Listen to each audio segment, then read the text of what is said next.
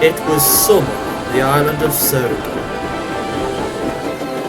This year, there was a problem on the Little Western. The Fat Controller usually hires an engine from the colliery called Benard, but this year, he was nowhere. His tubes had cracked, but the Fat Controller agreed that he could be repaired at Crovans steamworks, and he would be splitting the cost between him and the colliery.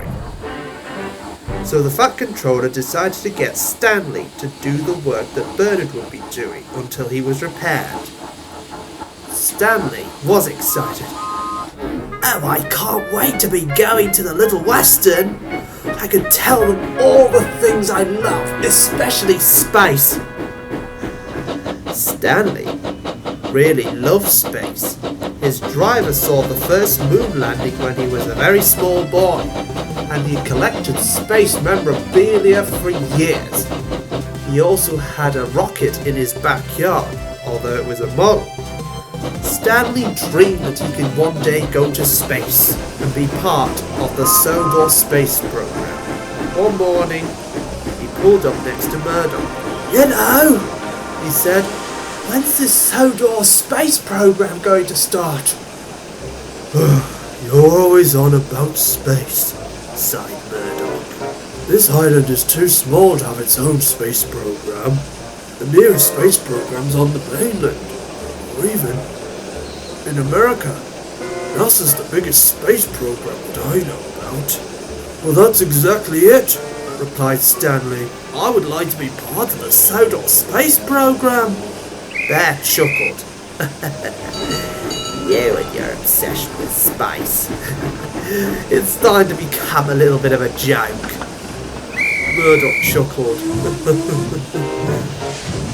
"Anyway, we both have work to do, and I could do with a bit of peace and quiet after hearing all this." And he puffed away. "Anyway, can you fetch my coaches, please?" asked Bear. Sure, I'll be able to," said Stanley, but he was a little heartbroken. Whilst Stanley collected Bear's coaches, he couldn't really focus. As he was shunting into the platform, he accidentally bumped into the back of Bear. Oh, steady on!" Sorry." Stanley backed up. But fortunately, the coaches weren't too hurt. Bear continued on his way when he picked up his passengers.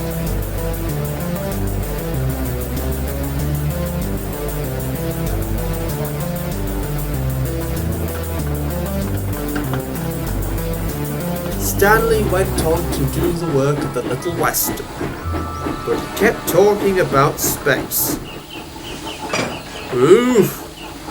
"One day you might go to space, but at the same time, you might not," said Duck. "Well, I don't think that the rocket will be able to carry your weight," said Oliver. "Hey, let them dream," said Donald. "Dreaming away, but, all the space is just a pipe dream, Stanley tried not to let himself feel discouraged. He kept thinking of his driver's model rocket. One day, he would go to space for real. His love of space also extended to when things went wrong. When something went wrong, like him crashing into a line of trucks, he would utter, "Tidmouth, we have a problem." It just so happened to be that he accidentally bumped into a load of ballast trucks.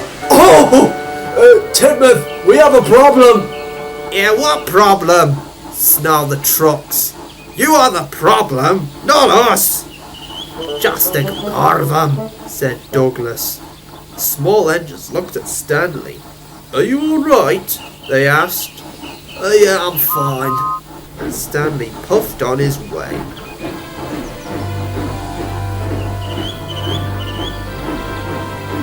But when he reached Tidmouth, there was a real problem. At Tidmouth, his driver lived next to the railway, and Stanley knew where his house was. But when he got there, he saw that his driver's model rocket had gone. "Tidmouth, we have a problem! Driver, your model rocket's gone!"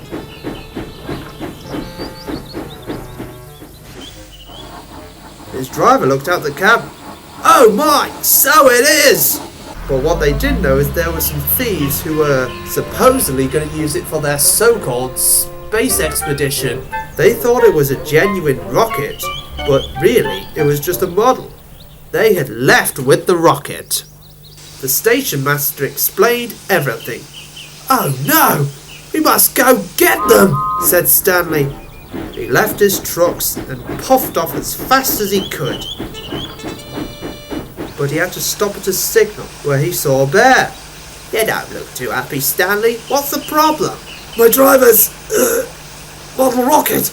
It's been stolen. Stolen?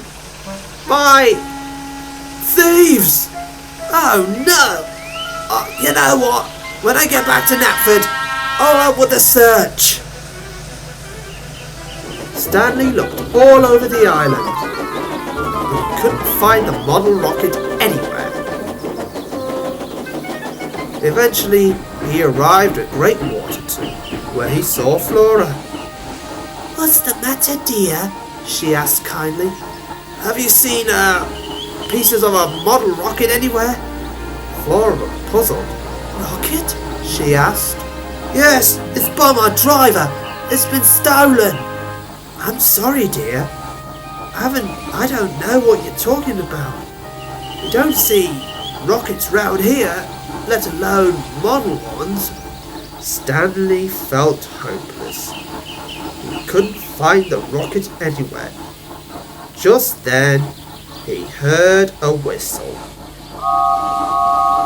Looking for something? Said a voice. It was Benard, with Bear not far behind.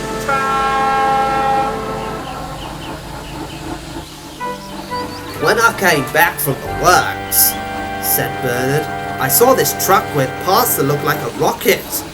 I had heard from the steamworks that your driver's rocket had been stolen, but it was lucky for me that I caught them at a level crossing.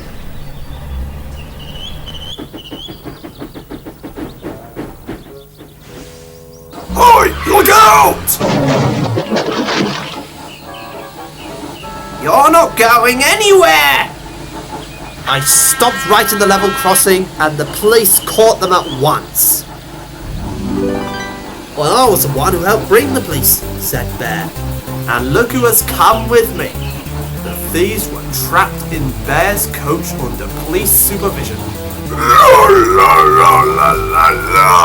They cried. Everyone laughed. Stanley felt very happy. Tidmouth, our problem has been solved. Benard, Bear and Flora laughed. The three engines then returned to Tidmouth.